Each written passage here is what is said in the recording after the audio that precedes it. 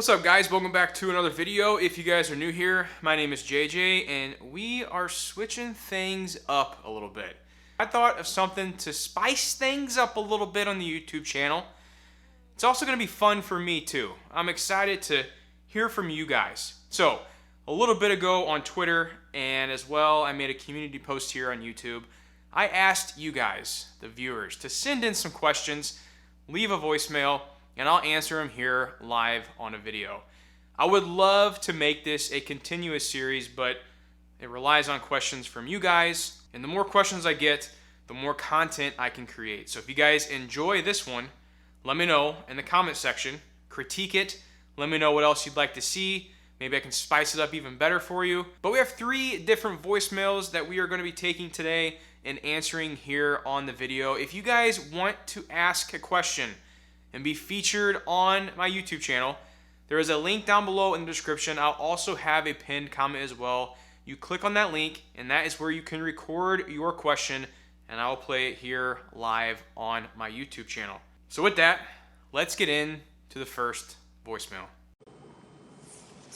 Hey JJ, my name is Ricky from Houston, Texas, and my question is, if I'm currently making around $95,000 a year, but in a way, I am miserable in my job. I don't like my coworkers. I don't like the work environment, and rather leave it for a $70,000 job. What are your thoughts on that $20,000 gap? Like, do you think I should take the risk and perhaps maybe, try something new and, perhaps maybe, it could go good or it could go bad.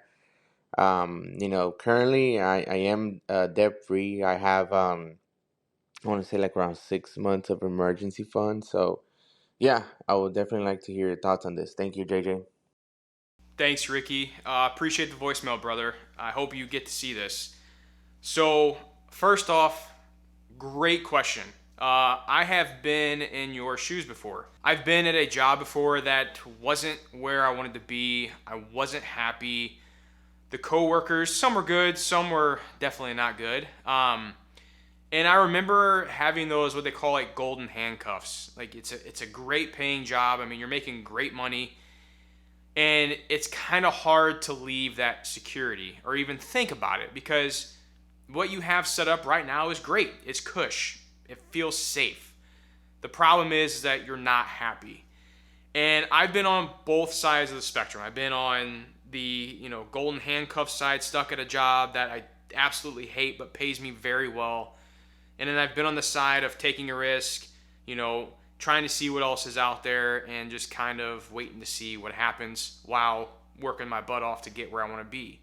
So, to answer your question, as I was listening to your voicemail, I was like, oh man, I hope this guy's money's right because that's going to play a game or play a factor rather in the decisions you can make. Because see, when you have your money right like you do, you have a lot more flexibility in your life. You can choose to take different risk. You can choose to maybe do something a little different to where if you had a car payment, a mortgage payment, credit cards and student loans and all this stuff you had to keep paying for, that's what's called the rat race. That's how people get stuck in their job. That's how they get stuck in a job that they hate and they can't leave it because they have all these other bills and worries and lifestyle they have to keep up with that they're basically screwed. They have no other direction they can go except stay at that job that they hate in order to keep paying for the life they've created for themselves. Now for you, my good friend Ricky, you dude, killing it. Debt free, you got a great paying job. So here's my advice to you. I think there's 2 routes you could take this. Now, only you know the answer to this question. How bad is the job really? Like, is it something you can manage for maybe another year? You think, could you get by? The reason I ask that is because the first route I would go if I was you, this is how I'm probably going to answer all my questions. I'm pretending I'm Ricky right now. I would look at my job, my $95,000 per year job, and I'd say, okay, first off, I would need a direction on where I'm going. What's my step to take if I did leave that job? What would that look like? But first, if there's something that I'm looking to do maybe on my own and I want to start like a side hustle or something like that, well then I would be working on that in the evenings and weekends while still working that 95,000 job, piling cash away. Just putting cash away in case I do want to make a crazy leap and go, take on this side hustle full time or whatever it may be. That'd be like my first route would be doing that. The second route would be what you talked about would be simply to leave the job, cut them golden handcuffs off, and go find a better, more rewarding job or something that's maybe a little less stressful, a little bit easier of a job, and you come home feeling great at the end of the day. That, my friend, is worth far more than a little $20,000 pay cut. Because I've been in that position too. I've been in the job where it's higher paying job. I've taken a pay cut for a different job in a different industry, and it was 100 times better. I felt great. And I'll say this, by the time you make that switch and you adjust a little bit to the pay cut, especially $20,000 spread across 12 months, coming from 95 to 75, it's a difference, but it's manageable. And especially in someone like your shoes that doesn't have all of these bills going to, everywhere, different places every single month, that will be a lot easier for you to kind of take on that cut in pay, because I'm guessing your lifestyle is not very inflated with just basically what you've told me about being debt free and everything like that. That'd be my route. I would probably say first, let's get out of the job that I hate. If I know one that's $20,000 less and is a lot less stressful, a little bit more rewarding and makes me happier when I come home at the end of the day, I'm always going towards that pay cut. Because life is so much more than making a little bit more money. I would much rather be making $50,000 a year and be extremely happy than making $150,000 a year making a shit ton of money. That's how I am. That's how I'm wired. I can make a great life off $50,000 and be happy, and I would much rather want that for myself and my family than be stressed, hating what I do majority of my time during the week, but making an extra $100K a year. That's how I am. It just feels better. Why would you want to be stressed and not enjoy life, especially in our young years? That's the big point. So Ricky, I hope that answered your question. That was a fun one. That was a great one, by the way. A great way to start off this new series. Let's get into the second voicemail, and we're moving right along here. Also, guys, real quick announcement. I'm gonna start putting these videos out in a podcast form, so you guys can listen like in the car ride, because these may be a little bit longer than my typical videos. But I will start posting these as podcasts as well. So anywhere you can listen to a podcast, you can join and listen there. Maybe it's, like I said, on a car ride to work, to and from work, or you're at the gym and you want to hear my annoying voice in your ear, and you know what? So be it. Let's get into the second voicemail. What's up, JJ? This is Luis. I've been following you since your beer and stocks days in Robberhead. My question is, what's the best method in 2024 to invest for your kids to get them started? Great question. So I have two kids. I have a 7-year-old boy named Mason. I have a 4-year-old girl named Millie, and I invest for both of them. And I've been investing with those children since they've been born. And they've been hearing about it since they've been born, because I've been trying to teach them along the way. But I will say it's starting to hit my boy a lot more. He's 7. He really understands what's going on. But that's because he's also a little bit more older. He's up in my office more. I pull up our accounts and I show him stuff and I let him choose things, but I'm getting ahead of myself here. So to answer your question, there are 2 ways that I kind of say are great ways to invest for your kids. There is one called a custodial account, and there is another account called a 529. So the custodial account works just like a taxable brokerage account.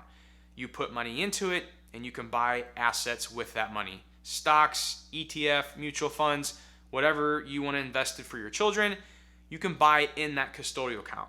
Now that a custodial account, how that works is you are the manager of that account. So for example, both of my kids have custodial accounts with Vanguard, and I am the manager of that account. They do not have control of that account, even though that account is in their name. They take control of that account once they turn either 18, 21, or 25, depending on the state that you live in, is when they take account or take control of that account rather. So that is a custodial account. You simply transfer the money from your checking account into the custodial account, and then you invest it however you seem to be fit for your children. For me, how I allocate most of the funds into the custodial accounts, majority of the funds, I would say probably 90%, is sitting in a total market stock index fund or ETF called VTI. That's one of my favorite ETFs that I invest in. And that is just sitting there that they continuously invest in every time they earn birthday money, they have extra money in their piggy banks, whatever that may be. I'm like, hey, it's probably time for you guys to put some money back into your accounts and invest it, and they can buy up some more VTI.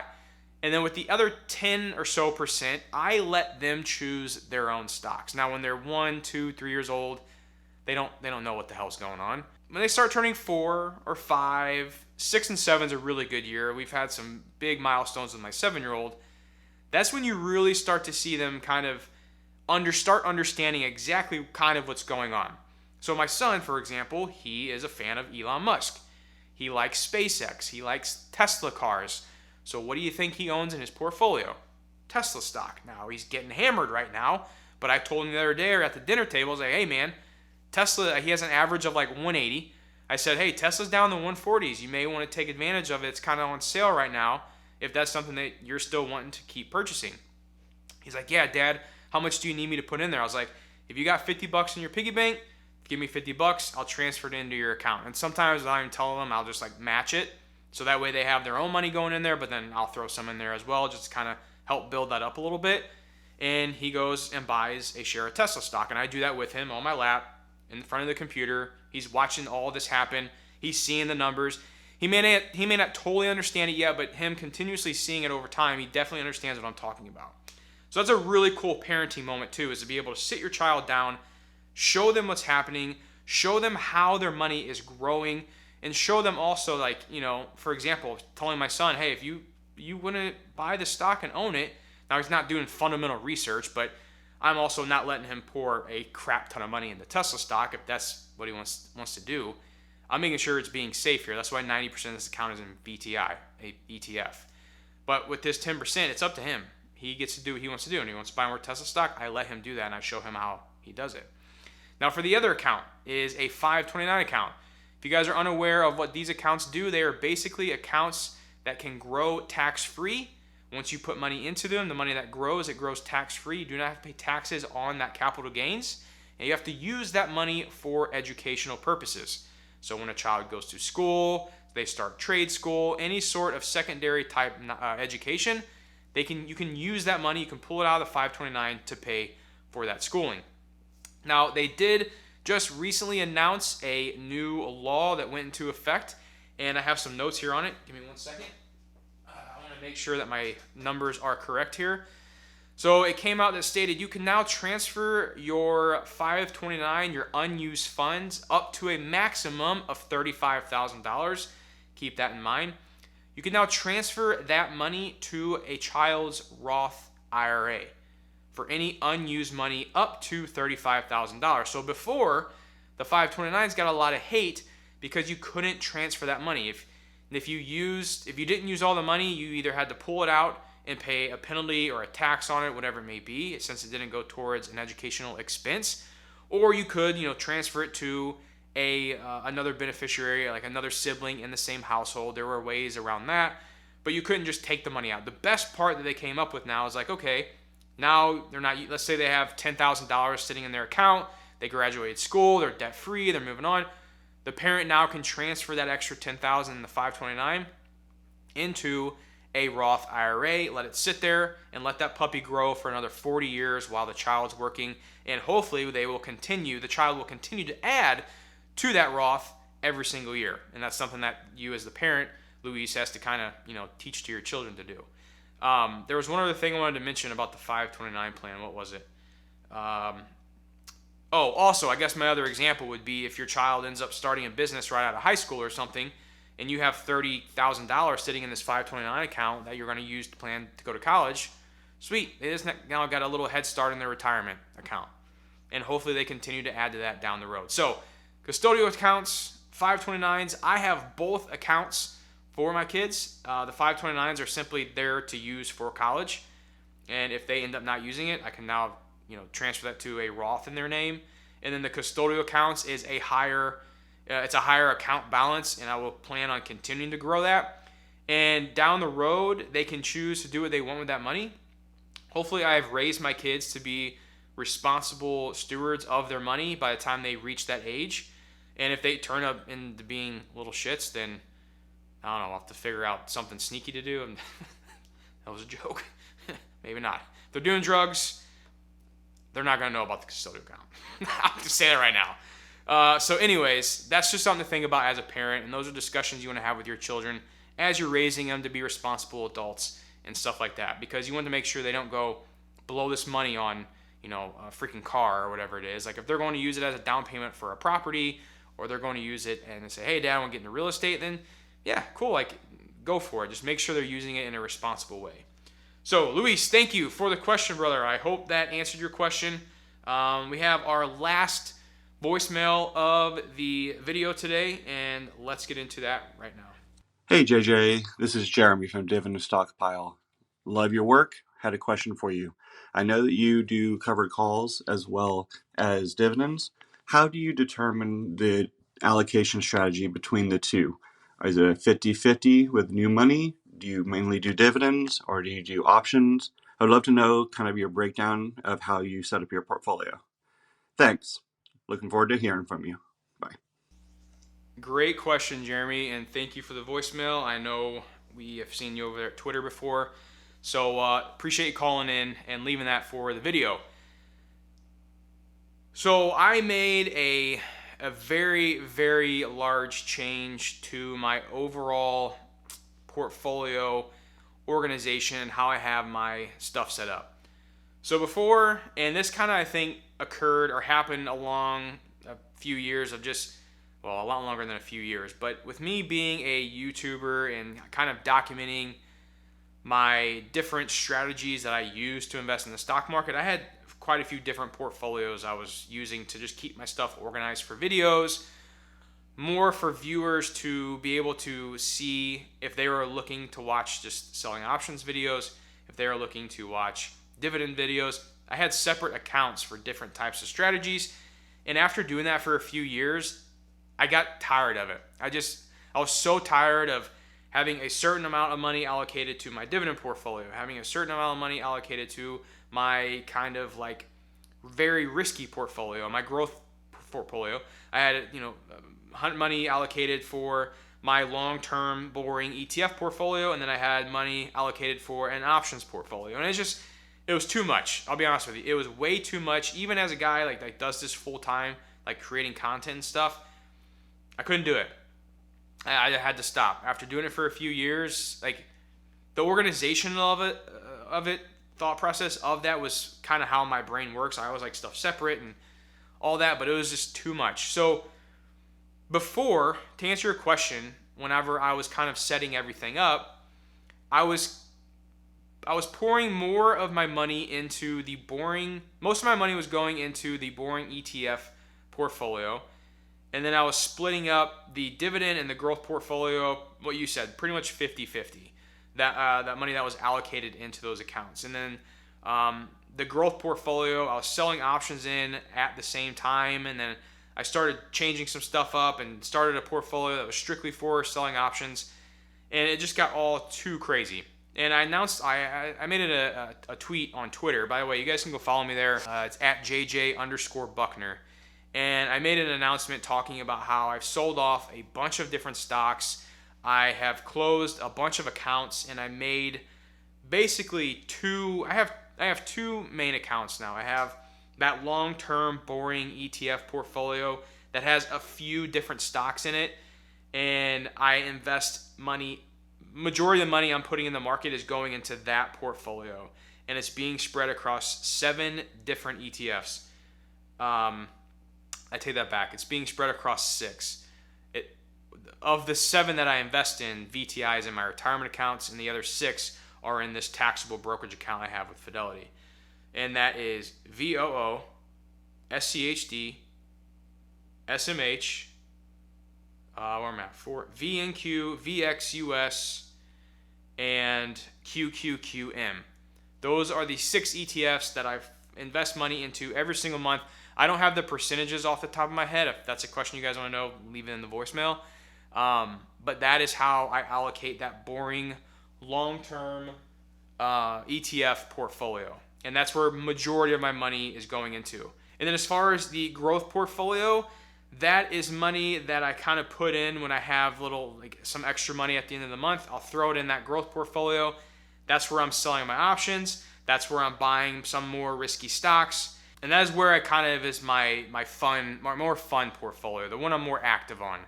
As far as like balance amounts between those two, also like way more heavier in the boring long-term Fidelity ETF portfolio.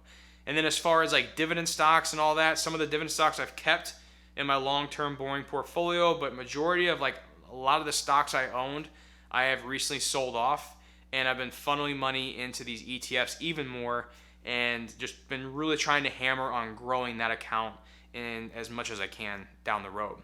So I hope that kind of answers your question. I know you were looking more along the options and the dividend route, but since the big change I just made recently into all my portfolios, that is where I kind of led to be, and it's been amazing.